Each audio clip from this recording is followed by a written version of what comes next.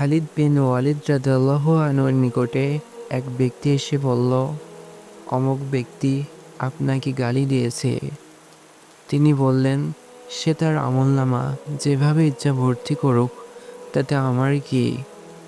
এক ব্যক্তি ওয়াহাব বিন মুনাম্মির রাহিমাহুল্লাহকে বলল, অমুক ব্যক্তি আপনাকে গালি দিয়েছে।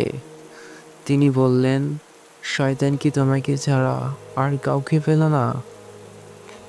এক ব্যক্তি জনৈক আলেমকে বলল, অমুক ব্যক্তি আপনাকে গালি দিয়েছে। তিনি বললেন, লোকটি আমাকে একটি তীর ছুঁড়েছিল, কিন্তু তা আমাকে আঘাত করেনি, বরং তুমি নিজ হাতে সেটি নিয়ে এসে আমার কলিজায় বিদ্ধ করলে।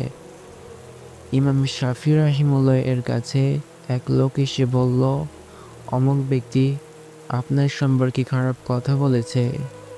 তিনি বললেন, যদি তুমি সত্যবাদী হয়ে থাকো তবে তুমি চকলখোর, আর যদি তুমি মিথ্যাবাদী হয়ে থাকো তবে লোকটির ওপর দোষ আরোপকারী হিসেবে তুমি ফাসেক।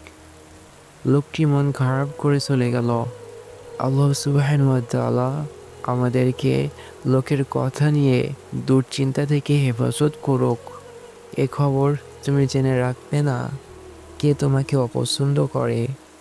কেউ তোমাকে নিয়ে কথা বলে অথবা জুলুম করে, তবুও তুমি তাদেরকে তোমাকে নিয়ে হাসতে দাও। তুমি ভাবো সবাই তোমাকে ভালোবাসে।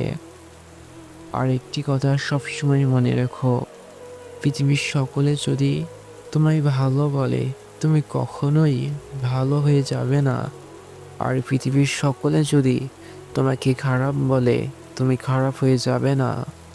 বস্তুত তুমি তো নিজেই জানো তুমি কেমন। সুতরাং তুমি মানুষকে কোনো প্রত্যাশার জন্য ভালোবাসতে যেও না, তোমার রবের সন্তুষ্টির জন্য তাদের ভালোবাসো।